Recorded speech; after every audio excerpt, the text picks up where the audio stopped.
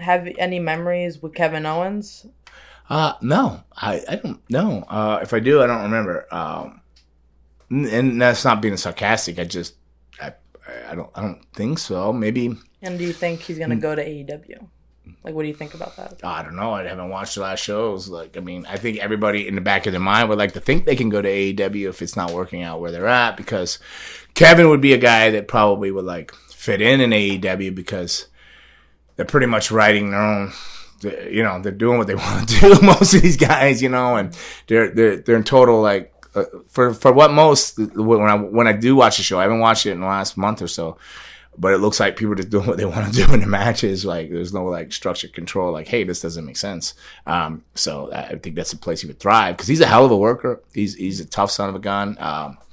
But I think he would thrive better there. So in the back of his mind, I think he's probably thinking if things don't work out, he would. Yeah. In his mind. I don't know. I'm not in his mind. This is just me thinking about, like, by going by his style of work. Better fit, if you watched him on the Indies before he came to WWE, it's the same stuff they're doing in AEW. Mm-hmm. Those just wide open wrestling stuff, like just like craziness upon craziness. Yeah.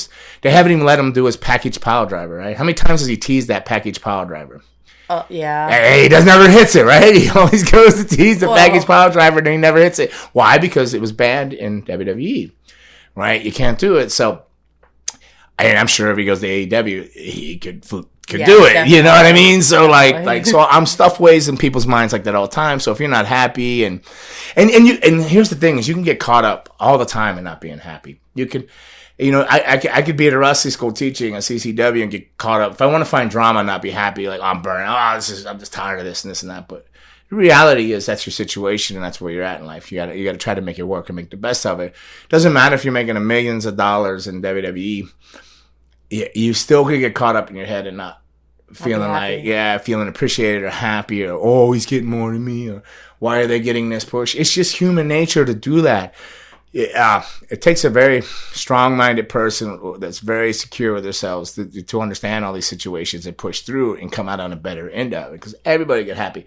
Or you can go the route I did and just not care.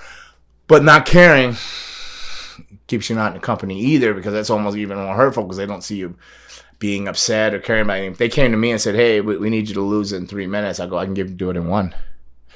I can get it done in 1. And they're like, they just shake their head. Walk off. They shake like, this fucking guy. This guy, you know, because I didn't care. I was just glad to be there. I loved wrestling, but I wasn't going to fight all the politics and stuff like that, which I should have, because I had ideas. And do they want you to fight, or do they? I think they want you to. I think Vince McMahon himself appreciates a person that stands up and says, "Hey, I feel like this about my stuff," like, and debate what's going on, because then he knows that you actually care about the product yourself, and you are holding value in yourself. Which, if you believe you have value, then you'll be more valuable to the company because you're going to present yourself as a value. So I think he appreciates all that, and the person just flat out is a man that says, "Hey, I don't like this," you know. But there's some things that were ridiculous, like the Ultimate Warrior burying himself, you know, like no showing shows because he didn't want to get beat, and different things like whatever the situation is, right? So, you know, it could be too much too at the same time, but to question something is natural, but like I didn't question anything. I'm like, yeah, whatever. Oh, we're gonna break the Brood up. Okay, I saw that coming a while ago. Oh, you're in the ministry. Oh, great. Yeah, all right. Yeah, I knew that. You're out of the ministry. I knew that too.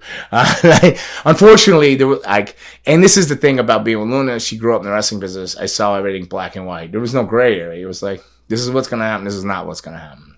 Yeah. It was like black and white, and so there was no surprises to me. I was more surprised when they would say, "Oh, you're gonna win tonight." I go, "Oh, really? Okay." I'm like, "You're gonna beat Chris Jericho." Oh, cool. But China's gonna come out and throw tampons at him, and you're gonna hit him with a fisherman Northern Light suplex. Oh, okay. They weren't surprised at that. I was more surprised when they said, "Hey, you're gonna beat Chris Jericho," but then when they go, "But China's coming out and she's gonna throw tampons at him, and you'll catch him with it." I'm like, "Oh, okay. Now it makes sense." All right. So like, because I didn't care, like, and that's a big downfall. But caring too much is a big downfall too. So you got to find the middle road and take it. All that rambling for one question, right? Yeah, but it makes sense. Yeah. So, next question. What's that? Do you care? I got a question from me to you. I got a question to you. Do you care? Do I care? Where do you care? Do you care enough or you don't care? Or do you care too much or you don't care enough or are you down the road? Down the middle of the road. Down the middle of the road. I think I can care too much sometimes. You care too much. I believe you do sometimes. But sometimes then I believe you care not enough. Because you either care too much or you don't give a crap at all. You got to find that middle road and work at it and make everything, learn from everything, take every mistake or every shit role that's handed to you and make it less shit.